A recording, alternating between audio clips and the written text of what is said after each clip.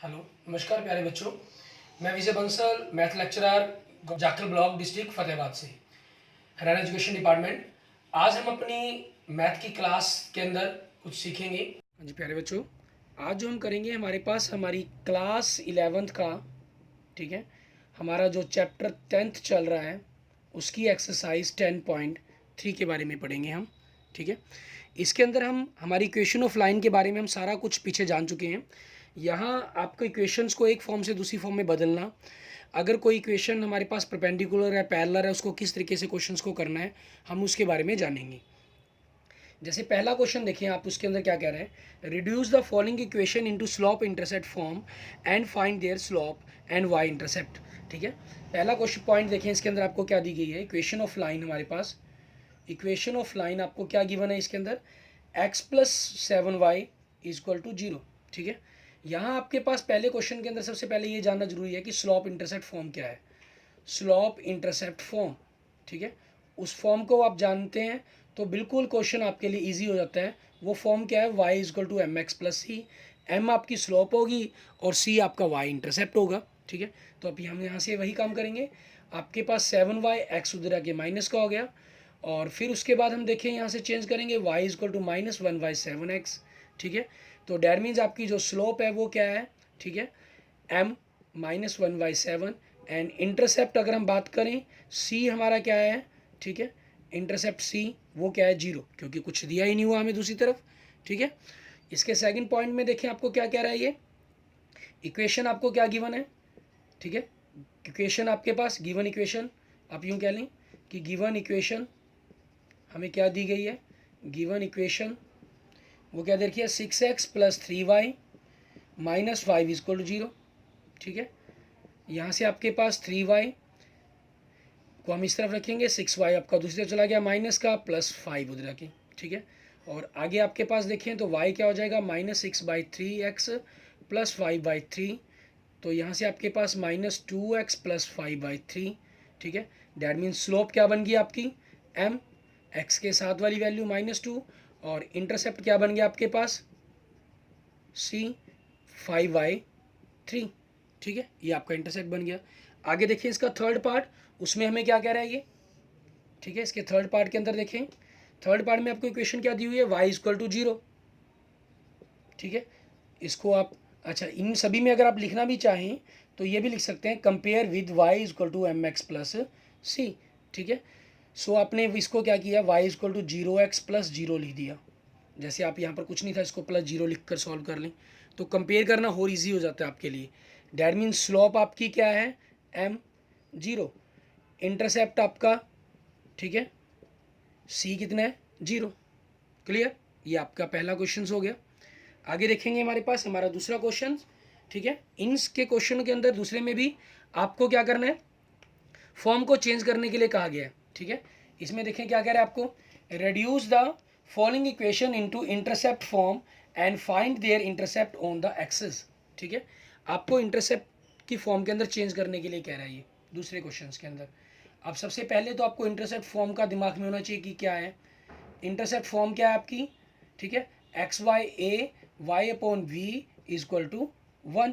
ठीक है, तो आपको इस फॉर्म के अंदर बनाना है इक्वेशंस को, पहला पॉइंट आपके पास। ठीक है, आपको इक्वेशन क्या दी गई है, गिवन इक्वेशन। गिवन इक्वेशन क्या है आपकी, अगर आप देखें क्या दे रहा है, 3x plus 2y minus 12 equal to 0। हम यहाँ से क्या करेंगे, हमारा टारगेट दूसरी तरफ 1 लेने का है, तो 3x plus 2y equal to 12, minus का 12 था हमारे पास कांस्टेंट टर्म, उसको हम दूसरी तरफ ले गए। उसके बाद हम क्या करना, उस तरफ हमें 12 लेना है। ठीक है, तो डिवाइड बाई 12। ठीक है, एंड वी गेट, हम पाते हैं 3/12 प्लस 2y/12 इजक्वल टू 12/12। तो आपके पास क्या आ गया यहाँ से, x/4 कट गया 4 पे, ये 6 पे कट गया, y/6 इजक्वल टू 1। ठीक है, डैट मीन्स इंटरसेप्ट आपके क्या आ गए, यहाँ से अगर आप देखें इंटरसेप्ट, ठीक है, इंटरसेप्ट a 4 एंड b 6। ठीक है, ये आपके पास आपका आंसर बन गया।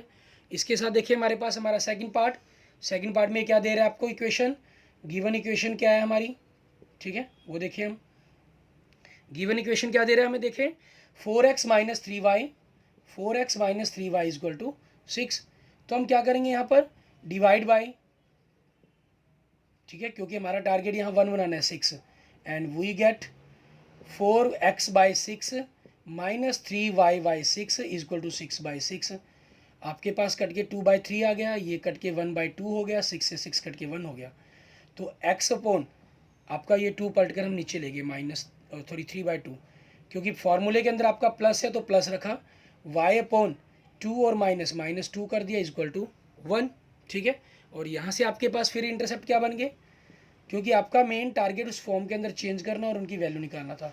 a की वैल्यू इंटरसेप्ट 3/2 आ गया और v की वैल्यू -2 आ गई आपके पास, क्लियर। उसके बाद देखेंगे हमारे पास हमारा नेक्स्ट क्वेश्चन, ठीक है, हमारा थर्ड पार्ट। उसके अंदर देखिए आपको गिवन इक्वेशन क्या दे रहा है, ये गिवन इक्वेशन क्या ली है इन्होंने, 3y प्लस 2 इजक्वल टू 0, ठीक है, कोई प्रॉब्लम नहीं, हम उसको वैसे ही करेंगे। 2 को हम दूसरी तरफ ले गए, -2 हो गया हमारे पास, ठीक है। तो यहाँ से आपके पास जब दूसरी तरफ ले गए हम इनको, हमारा टारगेट क्या है, यहाँ 1 बनाना, ठीक है, divide by -2 and we get, आपके पास क्या हुआ, 3y by -2 equal to -2 by -2।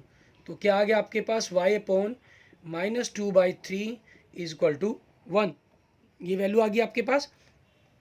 और यहाँ से आप देखें साथ में हमें, क्योंकि x इंटरसेप्ट भी चाहिए था, ठीक है, x इंटरसेप्ट आपके पास क्या बनेगा वो हमें पता करना है। x इंटरसेप्ट यहाँ पर कोई, कि हमारे पास x की वैल्यू ही नहीं थी, हम 0 पॉन में किसी चीज़ को कर सकें, ठीक है, क्योंकि अगर आप x पॉन में 0 मानने हैं, क्योंकि मान लें आप इसको यही फॉर्म मान लें कि आपके पास नहीं है, तो x अपॉन 0 हो गया, तो ये मल्टीप्लाई होकर ये तो रकम कुछ बनेगी, लेकिन इसको 0 करेगा, ये 0 तो इसको 0 करेगी y को, जबकि आपके पास y तो है इक्वेशन के अंदर, ठीक है। तो यहाँ ख्याल रखना है, आपने इसको ये नहीं कर सकते, आप इसको 0x लिखना चाहते तो लिख सकते थे, ठीक है, लेकिन अगर आप इसको x/0 लिखना चाहें वो रॉन्ग हो जाएगा, क्योंकि x/0 एक आपकी नॉट डिफाइंड फॉर्म बन जाती है, ठीक है। तो इसलिए आपके पास यहाँ पर क्या हो जाएगा, आपका इंटरसेप्ट अगर हम कहें b, वो आपका बन गया -2/3, ठीक है, मीन्स y इंटरसेप्ट बन गया आपके पास, और एंड नो इंटरसेप्ट, ठीक है, नो इंटरसेप्ट ऑफ, या कहीं विद, ठीक है, एक्स एक्सिस या एक्स एक्सिस के साथ हमारे पास, ठीक है, एक्स एक्सिस का या एक्स एक्सिस के साथ हमारा कोई भी इंटरसेप्ट नहीं है, ठीक है, ये हमारे पास हो जाएगा। उसके बाद देखेंगे हमारे पास हमारा नेक्स्ट क्वेश्चन नंबर 3, उसमें क्या दे रहे हैं हमें, उसमें भी इसी टाइप के अंदर आपकी इक्वेशंस की फॉर्म को, एक फॉर्म को दूसरी फॉर्म में चेंज करने के लिए क्या है। आप सोच रहे होंगे कि इन फॉर्म को चेंज करने का बेनिफिट क्या है। इससे हम ये चीज़ सीख पाते हैं कि हमारे पास इक्वेशन ऑफ लाइन की जितने भी फॉर्मूले हैं, सभी से आपका जो आंसर है वो एक जैसा ही बनता है। आप किसी भी लाइन की किसी भी इक्वेशन को किसी मर्जी ढंग से लिखना चाहें लिख सकते हैं, ठीक है। जैसे आपने देखा है, आपको ये लाइन दी गई है, अगर आपको एंगल दिया गया और इसका एक पासिंग पॉइंट दे दिया गया, ठीक है, तो आपने इसको स्लोप इंटरसेप्ट फॉर्म कह दिया, एंगल निकाल लिया, जो भी कुछ आपको स्लोप दी गई, ठीक है। अगर आपको एंगल ना देकर इस लाइन के 2 पॉइंट्स दे दिए गए, ठीक है, तो आपने 2 इंटरसेप्ट पॉइंट फॉर्म का यूज़ कर लिया।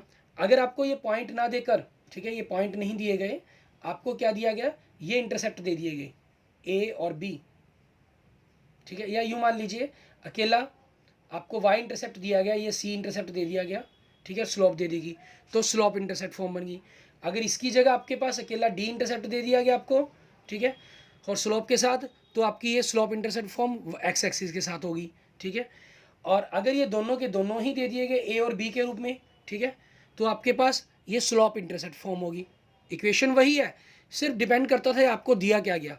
अगर इन दोनों ही चीज़ें नहीं दी गई आपको, यहाँ से ओरिजिन से इसकी परपेंडिकुलर डिस्टेंस दी गई, ठीक है, ओरिजिन से परपेंडिकुलर डिस्टेंस दे दी आपको, और इस परपेंडिकुलर डिस्टेंस का एंगल दे दिया गया, ठीक है, तो आपके पास ये क्या होगी, नॉर्मल फॉर्म होगी इक्वेशन ऑफ लाइन की। लाइन वही, लेकिन जो चीज़ आपको दी गई उसके अकॉर्डिंग ही आपने उस क्वेश्चन के आंसर को लिख दिया। अब थर्ड क्वेश्चन में देखिए आपको क्या कर रहा है, के अंदर reduce the following equation into normal form. यहाँ नॉर्मल फॉर्म में कन्वर्ट करने के लिए कह रहा है, and find their perpendicular distance from the origin and the angle between the perpendicular and their positive x axis, ठीक है, उनके बीच में पता करने के लिए। अब आपके पास सबसे पहले आपको दिमाग में ये क्लियर होना चाहिए इक्वेशन ऑफ नॉर्मल, ठीक है, उसका फॉर्मूला क्या होता है आपके पास, ठीक है, क्योंकि आपके पास अगर नॉर्मल की इक्वेशन का फॉर्मूला माइंड के अंदर क्लियर होगा तभी आप कुछ कर पाएंगे। अगर इक्वेशन ऑफ नॉर्मल का फॉर्मूला ही आपके माइंड के अंदर क्लियर नहीं है तो हम आसानी से उस क्वेश्चन को कन्वर्ट भी नहीं कर पाएंगे कि किस प्रकार से आपने इक्वेशंस को बदलना है। ठीक है, तो इक्वेशन को बदलने के लिए सबसे पहले आपके पास क्या होना चाहिए, उन दोनों इक्वेशन ऑफ नॉर्मल का फॉर्मूला आपके माइंड में क्लियर होना चाहिए। और वो फॉर्मूला क्या है आपका, एक्स कॉस ओमेगा, हमने यूज़ किया था वह वर्ड अगर आपको याद हो, वाई साइन ओमेगा मीन्स डब्ल्यू की तरह आपके पास इक्वल टू पी। ठीक है, ये वैल्यूज़ आपके पास पता करेंगे हम। अब इसके लिए क्या करना है आपको, इक्वेशन पहले पार्ट के अंदर देखिए, गिवन इक्वेशन क्या दी गई है आपको, गिवन इक्वेशन। ठीक है, गिवन इक्वेशन क्या दी रहा है आपको, x minus √3y plus 8 equal to 0। ठीक है, ये चीज़ दे रहा है आपको। तो सबसे पहले आपको क्या करना होगा, इस इक्वेशंस को डिवाइड करेंगे आप, डिवाइड बाय, किससे डिवाइड करना है आपको, इसमें इस क्वेश्चन के अंदर बड़ा इंपॉर्टेंट क्वेश्चन है और अलग मेथड का क्वेश्चन है। ठीक है ना, यहाँ इसलिए ध्यान से सीखना जरूरी है। एक्स और वाई के जो भी कोफिशिएंट्स होंगी, यहाँ 1 है, यहाँ -√3 है। ठीक है, उनके स्क्वायर से हम इसको डिवाइड करेंगे। क्लियर, ये चीज़ आपको खास ख्याल रखनी है इसके अंदर। तो देखिए 1 का स्क्वायर 1, √3 का 3 हो जाएगा, √4 डैट इज 2 से डिवाइड करेंगे। अब आपके पास क्या आ जाएगा, 1/2x माइनस √3y y, ठीक है, प्लस 4 इक्वल टू 0, क्योंकि 2 से डिवाइड कर दिया आपने। और डिस्टेंस के अंदर p हमने परली तरफ चाहिए, तो इसको उस तरफ ले जाने के लिए हम क्या करेंगे, आपका जो भी कांस्टेंट टर्म है दूसरी तरफ चली जाएगी, -4 हो गया। क्योंकि ये परपेंडिकुलर डिस्टेंस है, ये कभी माइनस में नहीं हो सकती, तो इसलिए हम इनके साइन चेंज कर देंगे, दोनों तरफ माइनस से मल्टीप्लाई कर दिया। ठीक है, आपके पास ये आ गया 4। ठीक, अब आपको यहाँ से एंगल पता करना है कि -1/2x और प्लस √3y, इनकी वैल्यूज़ के बारे में देखेंगे कि क्या कहाँ वैल्यू होती है, किस एंगल पर इनकी वैल्यू बनेगी, उसके बारे में देखना है आपको।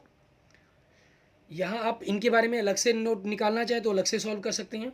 ठीक है, एक डायरेक्ट लिखना चाहे तो वो आपकी चॉइस पर डिपेंड करता है।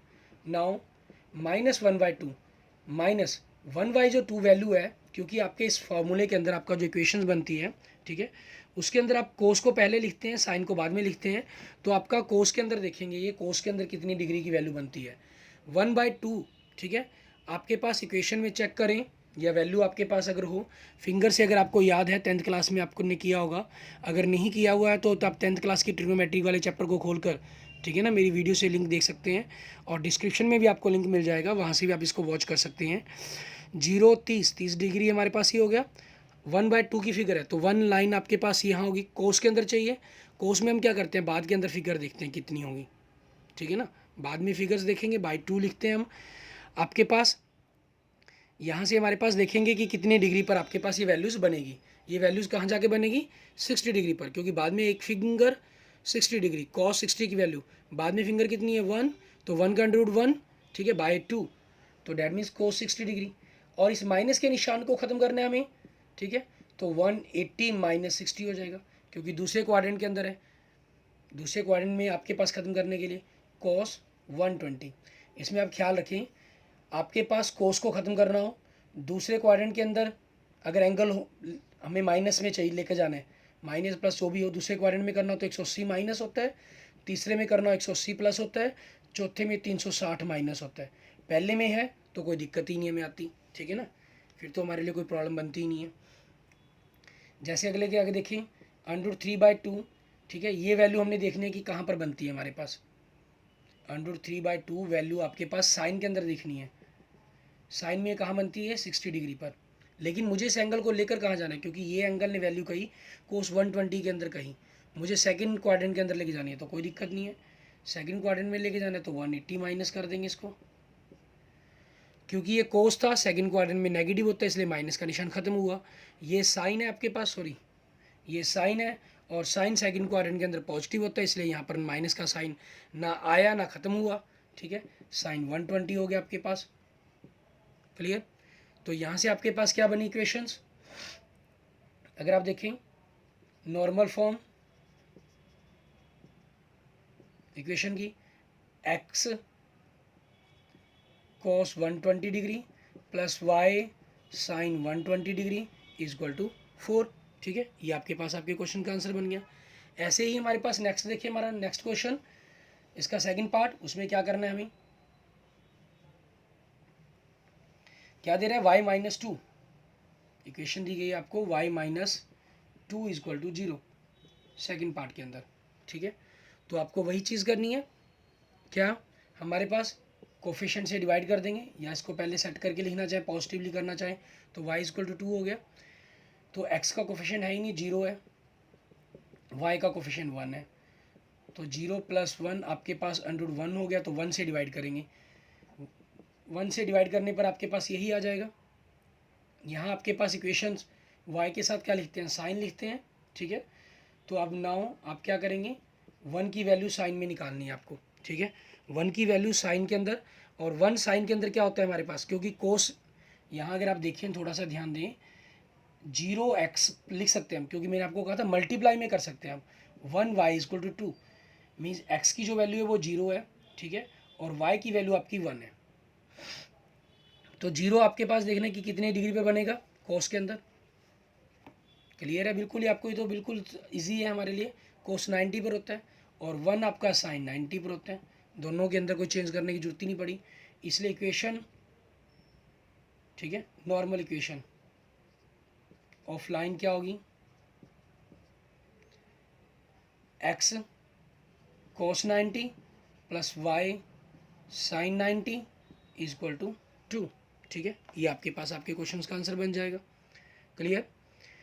देखिए इसके अंदर आप ध्यान दें, आपके पास क्वेश्चन में नहीं था x के साथ, x ही नहीं था, लेकिन आंसर में आपके पास x के साथ आंसर आ गया, ठीक है। इसके अंदर अगर आप क्वेश्चन में थोड़ा ध्यान दें, इन्होंने परपेंडिकुलर एंगल और पॉजिटिव एक्स एक्सिस या डिस्टेंस भी पूछी है, तो आपको यहाँ से लिख भी देना है एंगल कितना होगा, 90 डिग्री हो गया हमारे पास,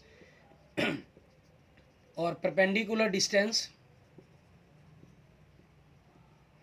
मतलब p हमारे पास कितना हो गया, 2 हो गया, ठीक है। आगे देखेंगे हमारे पास इस क्वेश्चन का, तीसरे ही क्वेश्चन का हमारा थर्ड पार्ट, उसको हमें किस तरीके से करना है। थर्ड क्वेश्चन में देखिए आपको क्या इक्वेशन दे रहा है, ये बुक में अगर आप देखेंगे क्या दी हुई है, x minus y is equal to 4, तो हम डिवाइड करेंगे, डिवाइड बाई 1 की स्क्वायर प्लस माइनस 1 की स्क्वायर अंडर 2 से, आपके पास क्या आ जाएगा, 1 by under 2x minus 1 by under 2y equal to 4 by under 2, जो कटकर आपके पास 2 अंडर 2 की वैल्यू बन जाएगी, ठीक है। इस तरीके से आपके पास ये वैल्यूज आ गई, ये आपका एंगल बन परपेंडिकुलर डिस्टेंस बन गई 2 अंडर 2। अब हमारा टारगेट है यहाँ पर एंगल को पता करना कि एंगल हमारे पास क्या बनेगा, एंगल देखना है हमें।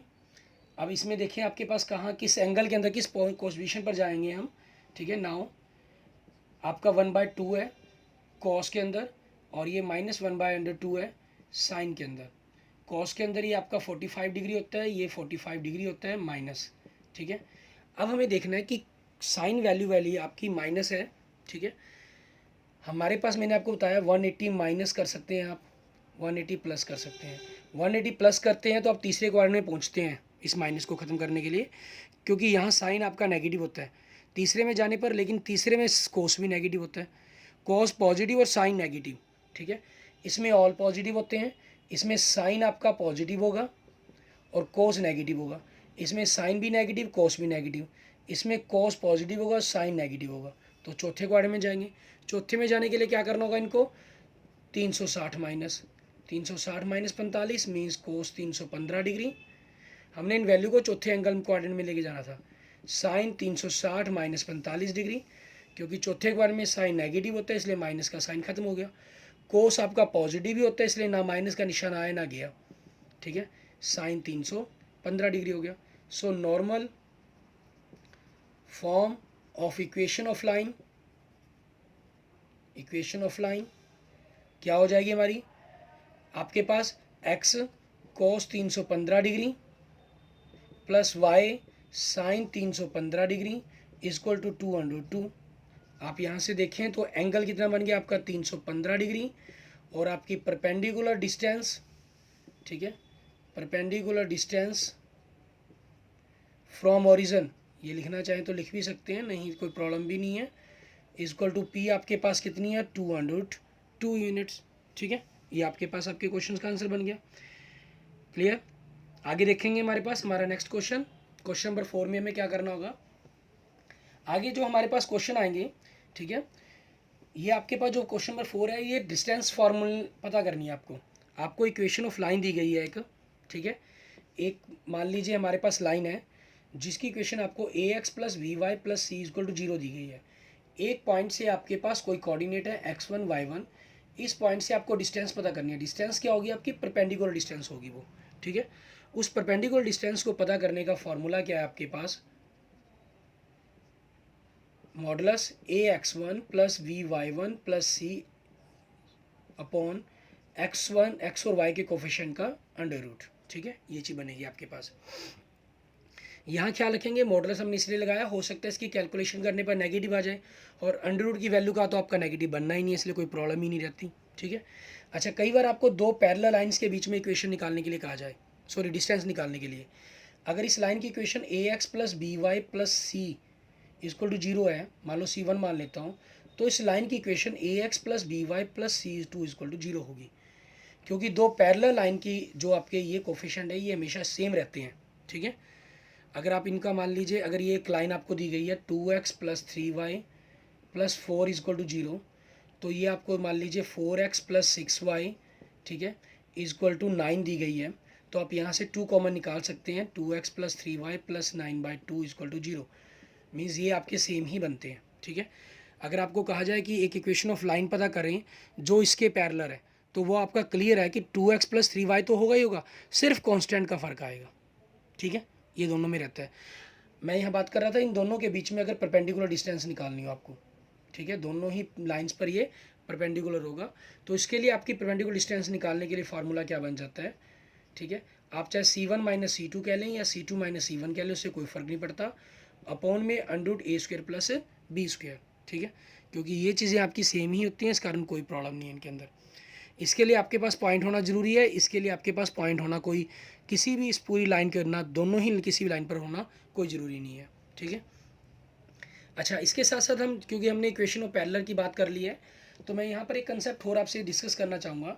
अगर आपको इक्वेशन पता करनी हो, मान लीजिए एक लाइन की इक्वेशन दी गई है आपको, A x plus B Y plus C equal to 0, आपको एक परपेंडिकुलर लाइन की इक्वेशन निकालनी हो, ठीक है, इस लाइन की इक्वेशन निकालनी है, ये दोनों परपेंडिकुलर हैं, तो इसकी इक्वेशन क्या होगी, बी एक्स मतलब जो इसका कोफिशिएंट यहाँ, इस एक्स का कोफिशिएंट वाई के साथ ए वाई, और निशान का फ़र्क हो जाएगा माइनस का, ठीक है, ये हो बनेगा आपका, और कांस्टेंट का फ़र्क तो बनेगा ही बनेगा, क्लियर। ये आपके पास दोनों के अंदर ये रिलेशन बनता है, दोनों पैरेलल, दो लाइन जो परपेंडिकुलर होंगी उनकी इक्वेशन में हमेशा ये रिलेशन बनेगा, दो लाइन पैरेलल होंगी जैसा मैंने आपको बताया था, उनमें रिलेशन क्या होगा, पहला भाग आपका सेम होगा, ठीक है, और दूसरा आपके पास जो कांस्टेंट टर्म्स है, ठीक है, कांस्टेंट पार्ट है वो आपका डिफरेंट होगा। इसके अंदर आपके पास इन दोनों के साथ ये चीज़ बनेगी, ठीक है, ये चीज़ रहती है आपकी। और इसी के क्वेश्चन पर हमारे पास इसी पॉइंटों पर बेस्ड हमारा, ठीक है, हमारा क्वेश्चन नंबर 4 देखें, उसमें हमें क्या कह रहा है करने के लिए, कहना find the distance of the point. आपको एक पॉइंट दिया हुआ है, उस पॉइंट से आपको डिस्टेंस निकालने के लिए कहा है इन्होंने, ठीक है। पॉइंट क्या है आपके पास, -10 फ्रॉम द लाइन, लाइन दे दी गई है आपको, ठीक है। अब क्वेश्चन नंबर 4 में देखें, आपको पॉइंट गिवन है, क्या पॉइंट है आपके पास, -1 1, ठीक है, और इक्वेशन ऑफ लाइन आपके पास गिवन है, वो क्या गिवन है आपके पास इक्वेशन ऑफ लाइन की, 12x है आपके पास, 12 इंटू एक्स प्लस 6, ठीक है, इज इक्वल टू आपके पास 5y माइनस 2, सॉरी 5 आपके पास बाहर मल्टीप्लाई है। तो सबसे पहले हम इनको इस क्वेश्चन को सिंपल फॉर्म के अंदर लिख लें, ताकि आपको क्वेश्चन को बनाने में समझने में दिक्कत ना हो, और हमें जो एक्स वाई के कोफिशिएंट से डिवाइड करना है वो डिवाइड करने में प्रॉब्लम ना हो। 12x plus 12 into 6 72, 5y and -10, ठीक है, इसको हम इस तरफ ले आएंगे, 12x 5y इधर आके माइनस का हो जाएगा, प्लस 72 -10 इक्वल टू 0। सो आपके पास 12x minus 5y plus 82 equal to 0, means आपके पास एक पॉइंट है -1 1, यहाँ से आपको एक लाइन है equation 12x minus 5y plus 82 equal to 0, आपको ये परपेंडिकुलर डिस्टेंस डी निकालनी है, ठीक है।